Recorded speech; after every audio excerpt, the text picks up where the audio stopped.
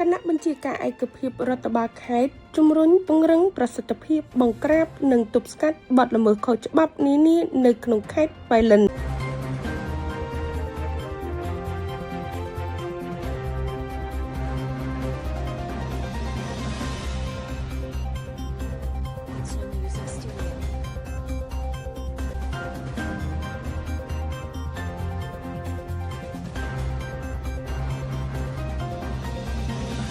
នៅសាលាខេត្តនៅព្រឹកថ្ងៃទី21ខែឧសភាឆ្នាំ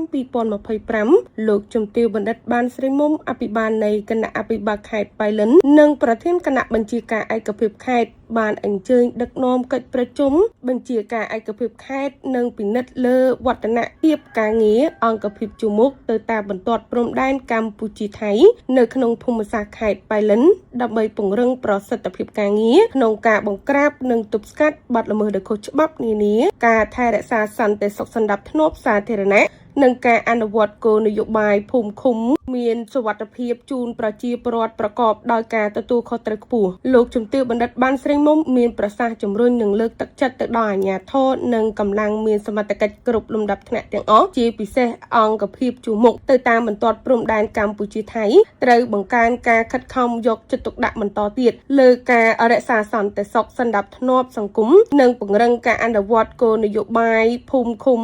មានសុវត្ថិភាពទៅតាមក្រុងស្រុកឃុំសង្កាត់ហើយត្រូវមានការប្រុងប្រយ័ត្នខ្ពស់និងត្រៀមជានិច្ចដើម្បីបង្ការនិងទប់ស្កាត់នៅរាល់ករណីបទល្មើសឆ្លងដែននានាដោយត្រូវដាក់កម្លាំងការពារល្បាតតាមទីកន្លែងកំសាន្តនានាមួយវិញទៀតតាមគ្រប់គោលដៅតាមបណ្ដាអធិការដ្ឋាននគរបាលនិងតាមបណ្ដាប៉ុស្តិ៍នគរបាលរដ្ឋបាលឃុំសង្កាត់ត្រូវតែមានមន្ត្រីនៅប្រចាំការ24ម៉ោងលើ24ម៉ោងដើម្បីត្រៀមដោះស្រាយបញ្ហាផ្សេងៗជូនប្រជាពលរដ្ឋនៅក្នុងមូលដ្ឋានរបស់ខ្លួនឲ្យបានទាន់ពេលវេលាលោកជំទាវអភិបាលខេត្តក៏បានមានប្រសាសន៍លើកឡើងពីស្ថានភាពនៃការអភិវឌ្ឍប្រទេសជាតិនាពេលបច្ចុប្បន្នដែលមានការរីកចម្រើនលើគ្រប់វិស័យនៅក្នុងនោះបងប្អូនប្រជាពលរដ្ឋក៏មានការងារធ្វើគ្រប់គ្នាមានជីវភាពធូរធារដោយសាររាជរដ្ឋាភិបាលកម្ពុជាក្រោមការដឹកនាំបន្តរបស់សម្ដេចធិបតីហ៊ុនម៉ាណែតនាយករដ្ឋមន្ត្រីក៏បានគិតគូរខ្ពស់ពីសុខទុក្ខរបស់ប្រជាពលរដ្ឋព្រមទាំងផ្សារភ្ជាប់នឹងការអនុវត្តផ្ទាល់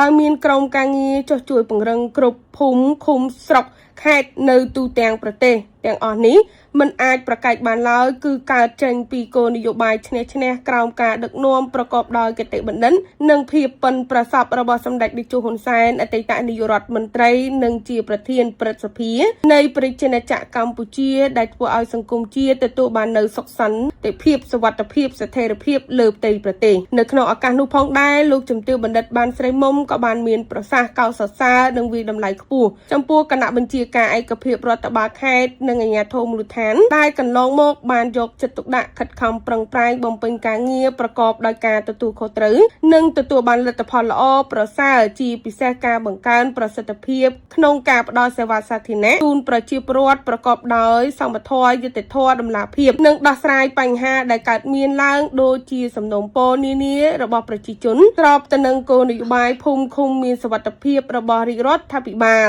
អត្ថបទដោយលោកស សរឿនអង្គភាពប្រមាញ់ជីដែន TV News